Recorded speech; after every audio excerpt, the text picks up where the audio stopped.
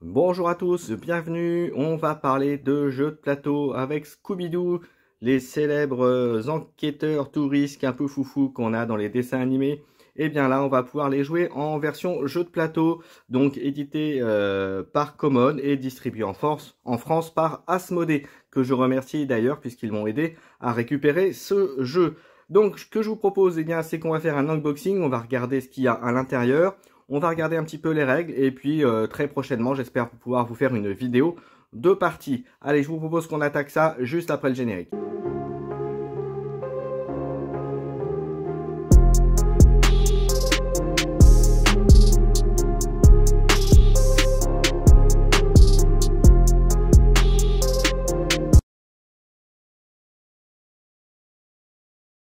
Allons voir ce qu'il y a à l'intérieur. Donc on va regarder le matériel et puis on verra juste après un petit peu les règles. Alors à l'intérieur de la boîte, on a les règles. Bon alors je suis désolé, c'est moi qui ai un peu écorché les règles, mais voilà, vous avez donc les règles, le feuillet qu'on va voir un peu plus en détail tout à l'heure pour voir l'explication des règles. Hop, c'est là, vous voyez, c'est pas très compliqué. Ensuite, on a le plateau avec les différents, alors là ce sont les ressources, ça c'est les déplacements de monstres, ça ce sont les capacités spéciales, on peut jouer de 2 à 5 et même il y a même une version solo de ce que j'ai vu. Ça ce sont les jetons visiteurs, on verra après en quoi ça consiste avec le côté le retour. Voilà le double face, donc ça vous voyez c'est bien. On a ensuite, on continue avec les jetons. Alors, le célèbre van de l'équipe de Scooby-Doo qu'on peut monter et que vous allez pouvoir mettre sur le plateau puisque ça va avoir une importance dans le jeu. Les jetons essence qui vont être utiles justement pour faire bouger la caravane. Les jetons lieux hantés et les jetons monstres. Et les lieux hantés, on verra aussi, c'est très important puisque c'est une des conditions de défaite pour ce jeu. Voilà, ensuite on a le plateau de jeu en lui-même. Alors je vais essayer de vous le montrer. Hop, une fois qu'il est déplié. Le voilà. Un beau plateau de jeu. Vous voyez, avec les différentes zones. Je vais vous le montrer, voilà. Voilà, et c'est un jeu familial à partir de 10 ans. Donc autant vous dire que c'est un jeu à faire en famille. Et très sympathique. Donc vous voyez ici, vous avez les emplacements pour mettre les visiteurs, et voilà, vous le verrez ça tout à l'heure, mais quand il n'y a plus de visiteurs, le lieu devient hanté, et comme je disais tout à l'heure, c'est une des conditions de défaite, et vous allez voir pourquoi. Et vous avez ensuite les emplacements pour les paquets de cartes. On va voir comment ça se joue après, et voilà, et là-dedans, vous bougez de zone en zone à l'intérieur avec vos personnages, mais ça, on va voir ça tout à l'heure. Allez, je referme, on va regarder la suite. À l'intérieur, vous pouvez voir que vous avez des cartes. Dans les cartes jeux de plateau, et en fait, parce que vous avez ici les cartes, des cartes monstres. Les cartes monstres, donc les Némésis, ceux que l'équipe va essayer de capturer. Donc pour la partie, vous allez en choisir un, et ce sera le monstre à capturer avant que qu'il ait fait peur à tout le monde et qu'il ait réussi sa mission, entre guillemets. Donc ça, c'est les cartes monstres. Vous avez la carte de la Mystery Machine, la machine mystère avec les 3 jetons essence, et ça permet de faire des choses sympathiques, et ça permet d'avoir un membre de Scooby en plus. Et vous allez voir, il y a quelques petits effets sympathiques, mais en tout cas, c'est aussi facile, c'est aussi intéressant pour pouvoir se déplacer plus vite sur le plateau. Et enfin, on a les jetons, voilà, les fiches de personnages que vous pouvez incarner avec leur effet particulier que vous pouvez faire une fois par partie. Donc on est dit Scooby-Doo, Sammy, Fred, Vera, Daphné et Scooby-Doo. Voilà, on a fait le tour. Donc vous voyez, on peut jouer jusqu'à 5. Voilà, donc ça c'était les grosses cartes. Ensuite, on a des cartes ici qui sont là, les cartes entre guillemets, des cartes action, qui vont pouvoir faire des petites choses. Voilà, avec des cartes, on dit qu'on peut, là vous voyez, c'est une carte qui vous permet de bouger de 0 à 3. Vous posez la question, si la question avec le chiffre, c'est l'initiative, celui qui a la plus haute carte agit en premier. Et vous voyez, certaines cartes, vous avez des actions supplémentaires. Voilà, hop, vous voyez. Donc là, vous pouvez placer un pion visiteur dans chaque lieu que vous traversez, y compris celui où vous commencez votre déplacement. Donc ça, c'est très fort, puisqu'on va voir tout à l'heure pourquoi, puisque comme je vous disais tout à l'heure aussi, si je vous l'ai dit, quand il n'y a plus de visiteurs sur un lieu, ce lieu devient hanté. Donc voilà, donc ça c'est la première partie des cartes disponibles. Et ensuite, vous avez des cartes disponibles pour le monstre, quand le monstre va s'activer, puisqu'il sera lui aussi sur le plateau.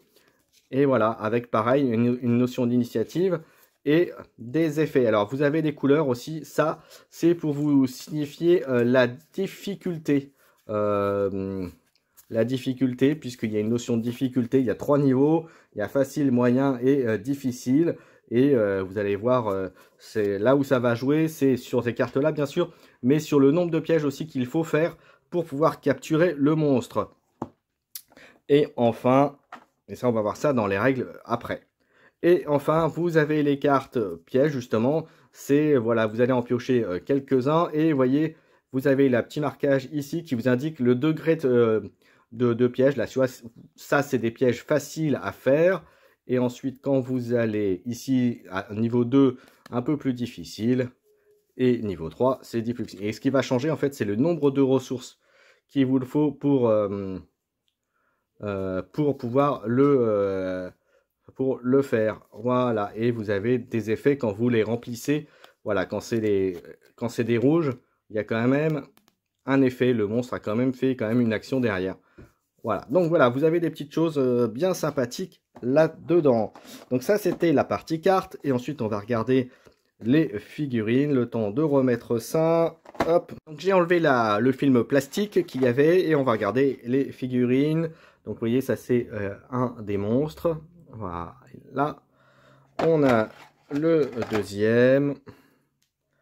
Voilà, c'est des figurines quand même, somme toute, sympathiques. Hein. Voilà.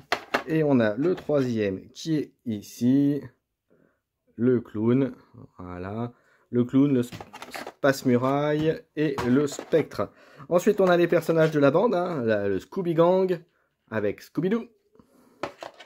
Attendez, je vous le remonte quand même, j'étais un peu rapide. Voilà, quand même. Le héros quand même de ce jeu de plateau, c'est quand même lui. Hop, ensuite on a Daphné. Non, c'est Vera, pardon, j'ai dit une bêtise. Hein. Voilà, c'est Vera. Ensuite, là on a Daphné. Hop, ensuite, on a Fred. Et enfin, le plus aventureux et le plus courageux de la bande, Samy. Et voilà. Hop, et voilà. Et donc maintenant, maintenant que je vous ai montré tout le contenu de la boîte avec les différents éléments, donc vous voyez quand même de la qualité au niveau matériel, je vous propose qu'on passe à l'explication des règles.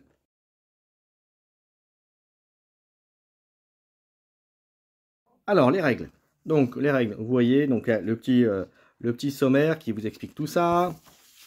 Ensuite, vous avez l'explication des jetons, donc on les a vus déjà avec les cartes de la Mystery Machine, donc le van, les cartes monstres, on les a vues, les cartes au Scooby Gang, donc les cartes d'action pour les joueurs et pour les monstres. On a les jetons visiteurs, les jetons monstres qu'on va placer sur le plateau, et les mouvements de monstres, les ressources, les cartes pièges qu'on a vues, les lieux hantés, et les pions essence, et les pions capacité. Et enfin, le plateau que vous avez vu, et puis comment monter le van, ce qu'on a vu tout à l'heure. Là, ensuite, on a le plateau, donc comment la mise en place. Donc concrètement, la mise en place, c'est assez rapide. On met les cartes d'action joueurs ici, les cartes d'action monstres ici. On prépare les jetons à côté. On met le nombre de pièges qui seront nécessaires pour la partie. Alors, si vous êtes en partie facile, c'est qu'on a vu les icônes bleu-vert. Sur le moyen, c'est orange-marron. Et si c'est difficile, c'est du rouge. Si on est à 1 à 3 joueurs, c'est 4 pièges qu'on va mettre au-dessus du plateau. Et si on est 4 à 5, c'est 5 pièges. Donc ça, c'est important puisque c'est ce qu'on va devoir faire avant que le monstre ne puisse remplir ses conditions de victoire. Et pour que le monstre gagne, en fait, c'est la première chose, c'est soit il y a 3 lieux qui deviennent hantés, en sachant qu'il y en a Donc voilà, au départ, on en met 2. Et s'il y en a un troisième, eh bien, on a perdu. Donc voilà, et un lieu devient hanté, comme je disais tout à l'heure, à partir du moment où il n'y a plus de jetons visiteurs sur le plateau concerné. Deuxième possibilité de défaite, c'est quand on doit placer un pion monstre. Donc c'est un pion, voilà, c'est un petit élément, un sbire, ce que vous voulez, un effet de monstre, ce que vous voulez, que vous mettez sur votre plateau avec les petits jetons qu'on a vus tout à l'heure. Et si on ne peut plus en placer, eh bien on a perdu la partie. Et dernière condition de défaite qui peut vous faire perdre, c'est que si on vous demande de piocher une carte Scooby Gang et que vous n'avez plus du tout, et que vous ne pouvez plus en piocher. Parce que vous allez voir, vous avez ce qu'ils appellent, vous avez deux pioches, vous avez une pioche et vous avez comment dirais-je, un emplacement attirail et un emplacement défausse. Attirail, c'est vous allez déplacer en attirail et puis ça pourra redevenir une pioche après. Et en défausse, c'est perdu. Donc voilà, c'est pour ça, c'est la notion à savoir. Le principe, c'est qu'à chaque tour, donc vous allez, les joueurs piochent des cartes et à chaque tour, ils vont jouer une carte action. Et dans le tour, vous allez aussi piocher, chacun va piocher une carte de monstre pour savoir ce qui se passe et résoudre l'effet. C'est-à-dire qu'un joueur va jouer une carte monstre va être piochée, vous résolvez les deux effets et on continue ainsi de suite jusqu'à ce que la partie s'arrête. La particularité, c'est que chaque héros va avoir un jeton capacité, ce que vous avez vu tout à l'heure sur l'identité du héros, du personnage. Il y a une capacité experte que vous pouvez utiliser quand vous voulez, mais une seule fois par partie. Donc il faut l'utiliser intelligemment. Quand vous avez les ressources nécessaires, il vous faudra aller à la maison, alors attendez, à un emplacement qui s'appelle, je vais vous retrouver ça, hop, fabriquer des pièges, se faire au magasin du Marais. Donc le magasin du Marais, c'est l'emplacement qui doit se trouver ici, là où il y a la Mystery Machine, donc le van au départ. Donc là, c'est là-bas où vous allez devoir fabriquer les pièges, et je vous rappelle, c'est important, puisque il faut que vous ayez fabriqué le nombre de pièges déterminé au départ pour gagner. Voilà, je vous ai à peu près tout expliqué au niveau des règles. Après, il y a des effets de cartes, je vous ai dit la notion pas de vitesse, mais d'initiative avec la valeur de carte. Le niveau de difficulté, je vous l'ai dit aussi. Alors la frousse, c'est lorsque un joueur est à proximité du monstre et qu'il est au même endroit que le monstre, et bien tout simplement, il va devoir piocher deux cartes de la pioche des cartes de Scooby-Doo et les mettre dans la défense. Donc il faut faire attention, si vous démarrez votre tour dans la place du monstre, vous piochez deux cartes qui vont directement, enfin vous ne regardez pas, que vous mettez directement dans la défausse. C'est ce qu'on appelle la frousse, parce qu'il y a le monstre à côté de vous, et puis comme dans la série, quand il y a un monstre, tout le monde fuit. Voilà, sauf quand vous avez les pièges et que vous arrivez à le capturer, comme dans le dessin animé. Voilà, j'ai à peu près tout. Voilà, je vous ai à peu près dit. Alors, il y a des petites subtilités, mais globalement, voilà, vous avez l'idée des règles. À partir à 2 joueurs, la différence, c'est que celui que vous appelez le chef, au lieu de piocher 2 cartes à chaque tour, va en piocher qu'une. Voilà, et à chaque tour, vous en piochez 2. Je ne l'ai pas dit, vous en piochez 2, vous en mettez une dans votre que vous allez jouer, et une autre que vous mettez dans l'attirail. Donc l'attirail, je répète, c'est ce qui pourra vous permettre de reformer une pioche de cartes action Scooby Gang après.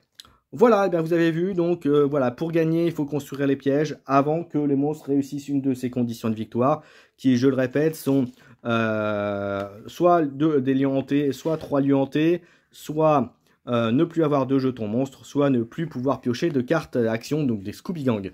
Voilà, j'espère que cette vidéo vous a plu. Si elle vous a plu, n'hésitez pas à commenter, à liker, à vous abonner, à mettre un petit commentaire, c'est important pour le référencement de la chaîne et pour les gens qui souhaiteraient trouver du contenu sur ce jeu. Voilà, et puis je remercie encore Asmodée, et puis si jamais le jeu vous intéresse, n'hésitez pas à aller voir notamment la boutique du partenaire MaxiRêve, voir s'il l'a disponible, et puis s'il l'a pas, n'hésitez pas à lui envoyer un petit mot, il se fera un plaisir de le commander pour vous. Voilà.